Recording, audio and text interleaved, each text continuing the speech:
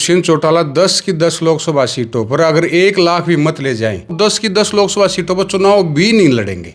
आज ये उनकी हालात है। भूपेंद्र सिंह हुड्डा ने कांग्रेस के मजबूत होने से ना होने से मतलब नहीं है। भूपेंद्र सिंह हुड्डा तो ये चाहता कि वे एक सीट निकल जाए तेरे बेटे की। वो तो पुत्र मोह में पागल हो रखा जी उसने। ये राजकुमार सैनी श्रीक के जो जात पात का धर्म का के नाम पर वोट लेने का काम करते हैं और जहर घोलने का काम करते हैं, उससे तो अलायंस करते हैं इंडिया अलायंस में, और अभय सिंह चौटाला को उससे दूर रखते हैं। मैं तो ये कहता हूँ कि भूपेंद्र सिंह हुड्डा ने जो राजकुमार सैनी के साथ हाथ मिलाया है, ये पुराने घाव ताजा करने का काम भूपेंद्र सिंह हुड्डा ने काम किया। यहाँ पर देख रहे हैं हरियाणा स्पेस मऊ आपके साथ ऋणधून लोकसभा चुनाव का डंका बजने के बाद नेताओं और पार्टियों द्वारा आरोप प्रत्यारोपों का गर्मा गर्म दौर शुरू हो चुका है और हमारे साथ बातचीत के लिए मौजूद है इनेलो के प्रदेश सचिव बड़ौदा हल्का से 2 बार चुनाव लड़ चुके जोगिंदर मलिक। तो उनसे हम जानते हैं। मलिक साहब, दुष्यंत चौटाला कह रहा है कि अब चौटाला का तो कुरुक्षेत्र में 1 लाख वोट भी नहीं आऊंगी। मैं दुष्यंत चौटाला को कहना चाहता हूँ, दुष्यंत चौटाला पहले अपने गिरेबान पर झाँकने का काम करें। पिछले लोकसभा क्षेत्र में 3.5 लाख वोटों से हारने का काम, वहाँ की जनता ने हराने का काम वहाँ की हिसार की जनता ने उनको किया था। और यहाँ से उनके छोटे भाई दिग्विजय चौटाला चुनाव लड़ रहे थे, मात्र 50,000 वोटों से भी नीचे उनके वोट आए थे जी। दूसरी बात, हाल फिलहाल की मैं बात करूँ, अभय सिंह चौटाला जी तो 1 लाख प्लस वोटों से वहाँ से जीतने का काम करेंगे। मैं आज चैलेंज के साथ कहना चाहता हूँ दुष्यंत चौटाला को, दुष्यंत चौटाला 10 की 10 लोकसभा सीटों पर अगर 1 लाख भी मत ले जाएं, तो आप मेरे से ये जवाब आकर पूछ लेना चुनाव के बाद। आज उनकी ऐसी हालात बनी हुई है कि लोग उनको गांव में बढ़ने तक नहीं देंगे। मैं तो उससे पहले सबसे पहले ये कहना चाहूँगा, वो 10 की 10 लोकसभा सीटों पर चुनाव भी नहीं लड़ेंगे। आज ये उनकी हालात है। इंडियन नेशनल लोकदल पार्टी ने तो मजबूती के साथ 2019 वाला चुनाव भी लड़ा था और अब 2024 वाला भी चुनाव लड़ने का काम कर रही है इंडियन नेशनल लोकदल। और 100% आप मान के चलिए, हिसार के कुरुक्षेत्र की बड़ी जागरूक जनता है। अब की बारी चौधरी अभय सिंह चौटाला को जिताने का काम करेंगे। वहाँ 2 आढ़ती और एक किसान के बीच में लड़ाई है। वहाँ के किसान किसी भी सूरत में चौधरी अभय सिंह चौटाला जी का बलिदान भूले नहींगे। उन्होंने किसान आंदोलन के तहत कैसे इस्तीफा देने का काम किया, और कोरोना काल के दौरान जब लोगों की फसल मंडी में पड़ी हुई थी, बिक नहीं रही थी, कैसे मंडी में उतरकर उसको बिकवाने का काम किया चौधरी अभय सिंह चौटाला जी ने। अभय चौटाला का एक बयान हो रहा है कि बीजेपी के परिसर में भूपेंद्र हुड्डा ने राजकुमार सैनी से इंडिया गठबंधन को समर्थन दिलवाया। देखिए, बखूबी चौधरी भूपेंद्र सिंह हुड्डा हमेशा बीजेपी के प्रेशर में ही काम करते हैं। इससे पहले का एक उदाहरण था, चंद्रा को राज्यसभा में भेजने का काम भी भूपेंद्र सिंह हुड्डा ने किया था। और आज और जो 2016 में जो प्रदेश का माहौल ख़राब था, जो जात पात धर्म मजहब के नाम पर यहाँ दंगे करवाने का काम किसी ने किया था, उस टाइम पे भूपेंद्र सिंह हुड्डा राजकुमार सैनी ने किया था। मैं लोगों को बड़े विनम्र भाव से समझाना चाहता हूँ, 2016 में जब भूपेंद्र सिंह ये दंगे हुए थे, उससे पहले भूपेंद्र सिंह हुड्डा की सरकार थी। भूपेंद्र सिंह हुड्डा ने आनन फानन में आके किसान जाटों को रिजर्वेशन देने का काम किया था। एक NBC, किसी से पूछ लेना आप, नेशनल बैकवर्ड कमीशन होता है, उसमें एक रिपोर्ट पेश करनी होती है, जो कि भूपेंद्र सिंह हुड्डा ने एक लचर रिपोर्ट पेश करने का काम किया। वही रिपोर्ट कोर्ट में चैलेंज हुई, जिसके कारण ये जो रिजर्वेशन जाटों को दी गई थी वो कोर्ट ने खारिज कर दिया था।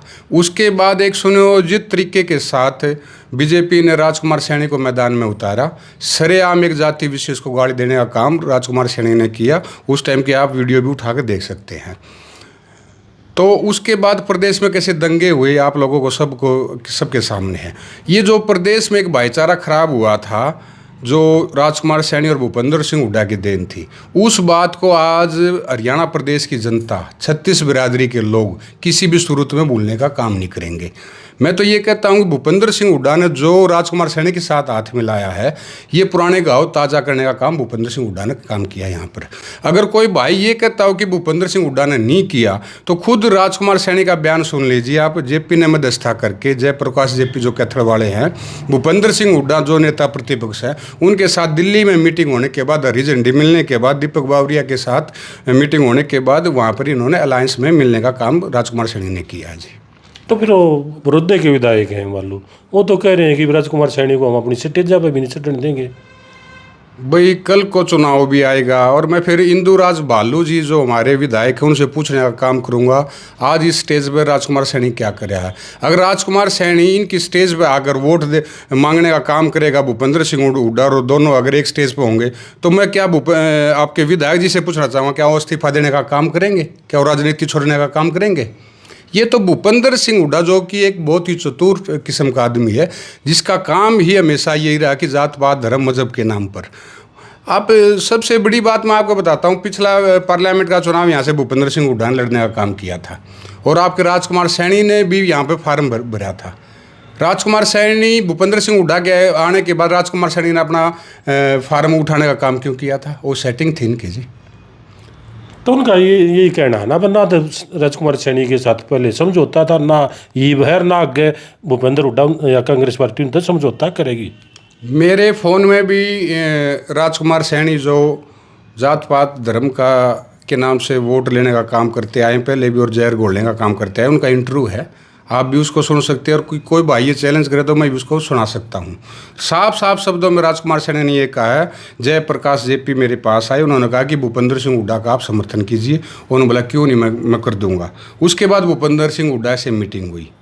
अब एक बात मेरे को बताओ, यहाँ पर जब विपक्ष का इकट्ठे होने की बात होती है, अभय सिंह चौटाला जी बड़े खुले मन से कहते हैं कि भाई बीजेपी से पांडा छटवाना है तो विपक्ष को इकट्ठा होना पड़ेगा, हम कांग्रेस से भी अलायंस करने में हमें कोई परहेज नहीं है। और खुले तौर पर अभय सिंह चौटाला जी ने जो चौधरी देवीलाल के जन्मदिवस पर रैली थी, खड़गे जी को न्योता देने के लिए गया था, ये इसलिए किया था कि भाई विपक्ष को इकट्ठा किया जाए।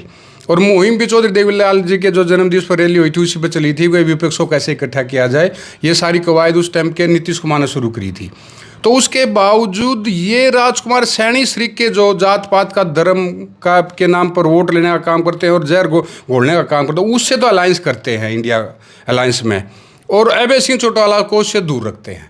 तो इसका सीधा मतलब यही है कि भूपेंद्र सिंह हुड्डा बीजेपी को फायदा पहुंचाने का काम करते हैं। आपका कहना मतलब मलिक साहब ये है इंडिया गठबंधन की नींव इनेलो ने रखी थी इस फतेहाबाद रैली में। बिल्कुल फतेहाबाद इनेलो इस गठबंधन में बिल्कुल रखी थी। नीतीश कुमार उस टाइम पे थे, शरद पवार जी उस टाइम पे थे। बाकायदा हाथ जोड़ के नीतीश कुमार शरद पवार ने ये बात कही थी, चौधरी साहब ये चौधरी ओम प्रकाश चौटाला जी तीसरे मोर्चे की कवायद छेड़ रहे थे। उन्होंने कहा तीसरे मोर्चे की कवायद को बंद करके आप एक ही मुख्य विपक्षी दल बनाने का काम करें। उस पर चौटाला साहब ने हाँ भर दी थी। उसके बाद ये आगे काम चला था और उसी के बाद भूपेंद्र सिंह हुड्डा ने बीजेपी के कहे अनुसार चौधरी अभय सिंह चौटाला को, ओम प्रकाश चौटाला को इस अलायंस से दूर रखा। ओ देखो, आप किसी भी जन से पूछोगे ये कहेगा ये भूपेंद्र सिंह हुड्डा ने नहीं होने दिया।